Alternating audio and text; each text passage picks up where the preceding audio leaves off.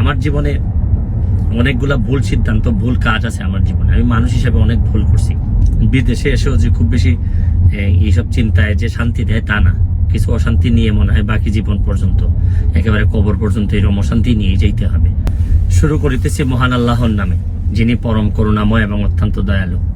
গতকালকে বিকেলে নিউ ইয়র্কে এসে পৌঁছাইছি। এখন নিজের ভাগনার গাড়িতে করে আমাকে আমার বোনের বাসা থেকে নিয়ে যাচ্ছে আমার মা যে বাসায় থাকেন এই বাসায়। তো থাকতে থাকতে অনেকগুলা মেসেজ পেয়েছি বাংলাদেশ থেকে।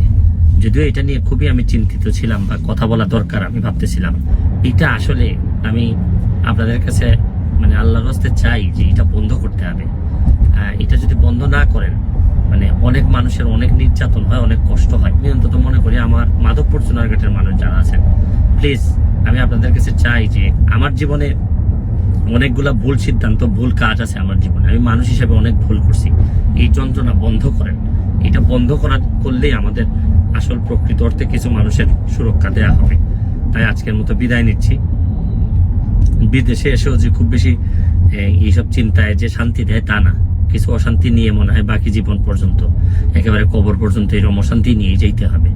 কারণ আমাদের দেশের সংখ্যা, মানুষের সংখ্যা অনেক বেশি, অর্থনৈতিক অবস্থা ভালো না।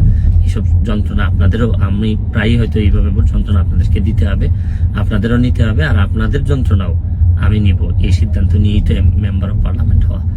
ভালো থাকবেন, সুস্থ থাকবেন।